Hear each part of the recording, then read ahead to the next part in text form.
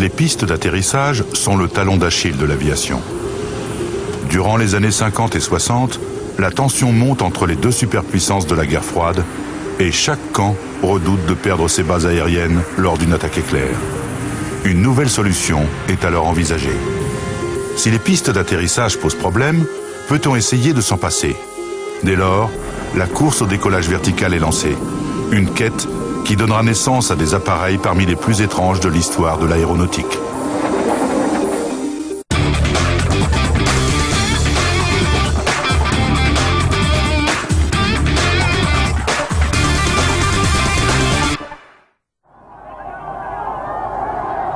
En octobre 1956, la Hongrie se soulève contre l'occupation soviétique.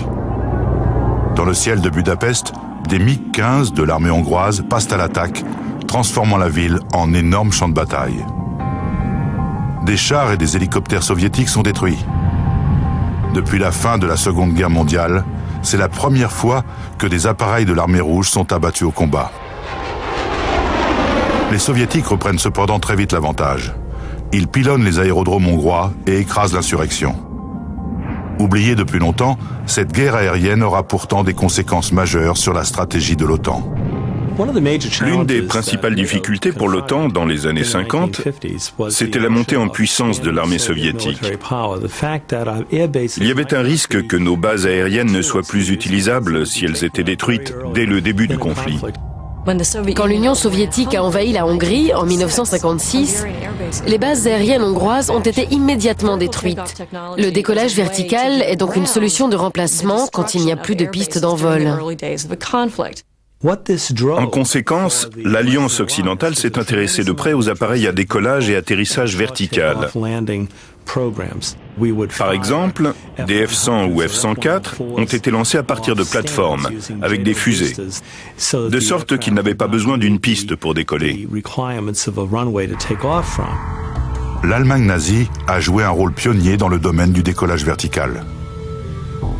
À la fin de la Seconde Guerre mondiale, l'Allemagne était bombardée nuit et jour. Donc, le régime voulait une arme plus précise que la DCA. Une sorte de missile guidé qui n'aurait pas besoin d'un grand terrain d'aviation exposé au bombardement. L'Alouette est l'un des plus étonnants concepts de l'époque nazie. Cet aéronef à décollage et atterrissage vertical, ou ADAV, est proposé par le constructeur Heinkel. Des hélices carénées assurent sa propulsion et le nez doit accueillir le pilote en position allongée. Le Triebflügel était une autre idée. C'était un chasseur extraordinaire qui se posait sur son empennage. Et il avait 3 ailes qui tournaient autour du fuselage, propulsées par des réacteurs placés au bout. Elle tournait comme un rotor d'hélicoptère, ce qui permettait à l'appareil de décoller. Donc il grimpait verticalement et ensuite il devait s'incliner progressivement pour voler à plat. La défaite nazie sonne le glas de ces appareils qui ne dépassent jamais le stade du projet. Cependant, ces idées novatrices ne sont pas oubliées et quelques années plus tard, les ingénieurs allemands se remettent au travail. Vers 1950, la Luftwaffe s'est reconstituée. Il y avait en Allemagne beaucoup d'ingénieurs aéronautiques expérimentés dans des domaines très avancés, le décollage vertical, les turboréacteurs. Et ils étaient impatients de faire étalage de leurs compétences pour prouver qu'ils n'avaient rien perdu de leur savoir-faire. Quand les ingénieurs allemands se sont remis au travail, ils avaient 10 ans de retard sur les Américains, les Britanniques et les Russes. Donc, plutôt que d'essayer de les rattraper, ils ont décidé de passer directement à l'étape suivante, le décollage vertical. Dès 1954, la société Rolls-Royce présente une étrange machine, le chalis volant. L'appareil est propulsé par 2 réacteurs dont les tuyères sont courbées à 90 degrés pour fournir une poussée verticale. Cet engin britannique a prouvé qu'il était possible de décoller verticalement avec des réacteurs. Mais il a aussi révélé un problème. Les moteurs de sustentation ne servent à rien pour le vol horizontal. Ils deviennent un point mort qui réduit la performance au combat. D'autre part, il est apparu que les réacteurs consomment énormément au moment du décollage. À la fin des années 50 et au début des années 60, Américains et Européens tentent donc de construire des réacteurs miniatures pour résoudre le problème du décollage vertical. la société Rolls-Royce est à l'avant-garde de ces travaux. Il ne faut pas oublier que l'armée de l'air allemande pensait avoir été vaincue durant la guerre à cause de la supériorité du moteur britannique, le Merlin. Plus tard, durant la guerre froide, des anciens pilotes de chasse commandaient la Luftwaffe. Donc, ils ont pensé qu'un moteur Rolls-Royce et le décollage vertical, c'était l'avenir. Au début de la guerre froide, l'Allemagne de l'Ouest redoute avant tout une attaque massive de tanks soviétiques. Afin de répondre à cette menace, la Luftwaffe fait donc appel à Kurt Tank, le légendaire concepteur d'avions de la période nazie, pour construire un avion anti-char à décollage vertical. C'était un homme remarquable. Kurt Tank était non seulement le meilleur ingénieur de Focke-Wulf, mais aussi le pilote d'essai en chef. Et il a construit d'excellents appareils comme le chasseur FW-190. Le Focke-Wulf 190 était un chasseur très robuste et polyvalent, utilisé aussi bien comme chasseur bombardier que comme avion d'attaque au sol par la Luftwaffe. En plus de cet appareil, Kurt Tank avait également conçu le Triebflügel, le premier projet au monde de chasseur à décollage vertical. Kurt Tank était connu pour construire des avions très solides qui pouvaient résister à beaucoup de dégâts. Et il a conservé cette philosophie après la guerre pour concevoir le VAC 191. Cet appareil était d'ailleurs une version ADAV modernisée de son vieux FW 190 de la Seconde Guerre mondiale.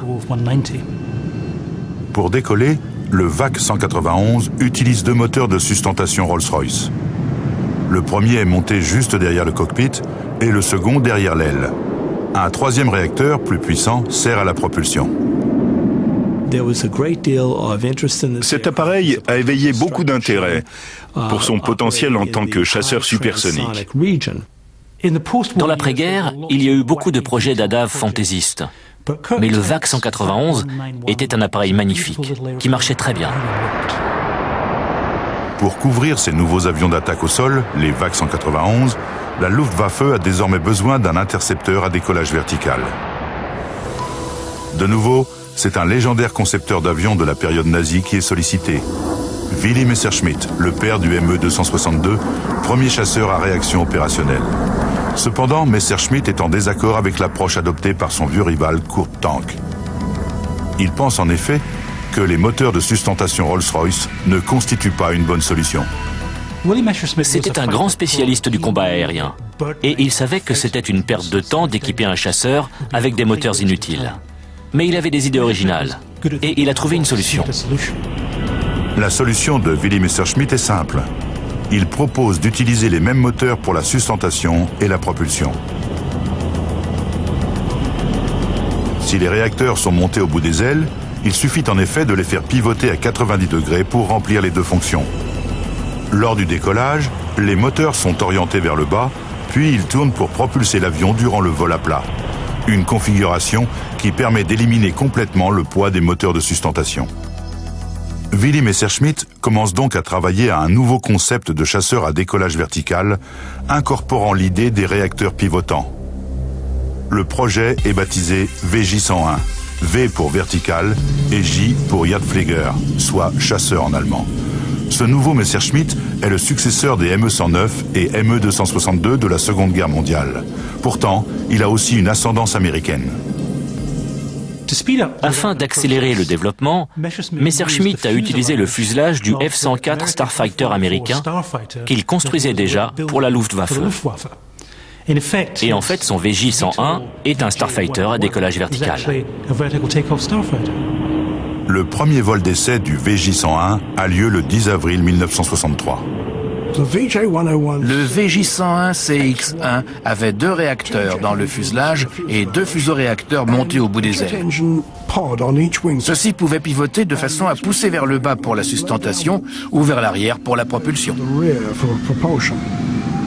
Le VJ-101 passe le mur du son en juillet 1964.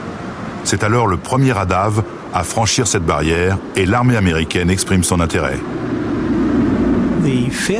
La société américaine Fairchild participait aussi à ce projet. L'appareil était potentiellement considéré comme un chasseur supersonique très rapide, de classe Mach 2 environ. Et il avait montré des performances de vol raisonnablement satisfaisantes. Vers le milieu des années 60, les génies aéronautiques allemands de la Seconde Guerre mondiale réussissent ainsi à franchir le cap du décollage vertical. Le VJ-101 supersonique de Messerschmitt doit pouvoir rivaliser avec les MiG soviétiques pour couvrir le petit VAK 191 de Focke-Wulf, lequel serait chargé de stopper l'offensive des tanks ennemis. Au Vietnam, par exemple, les ADAV allemands auraient pu améliorer la mobilité des forces américaines. Pourtant, aucun de ces deux avions ne sera mis en service. Le problème était politique.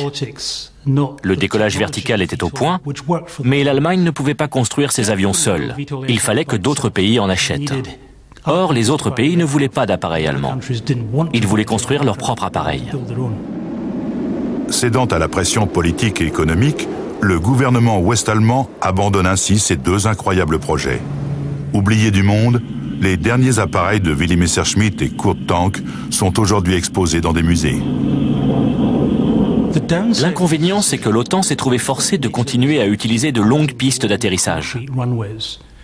Et il est heureux qu'on n'en soit pas venu à une vraie guerre avec les soviétiques. De l'autre côté de l'Atlantique, des ingénieurs américains travaillent eux aussi sur le décollage vertical. Le 30 juillet 1957, le premier ADAV à réaction au monde doit ainsi se poser devant le Pentagone. Cette démonstration a pour but de prouver à l'état-major américain que le décollage vertical est au point. Or, la mission va frôler la catastrophe.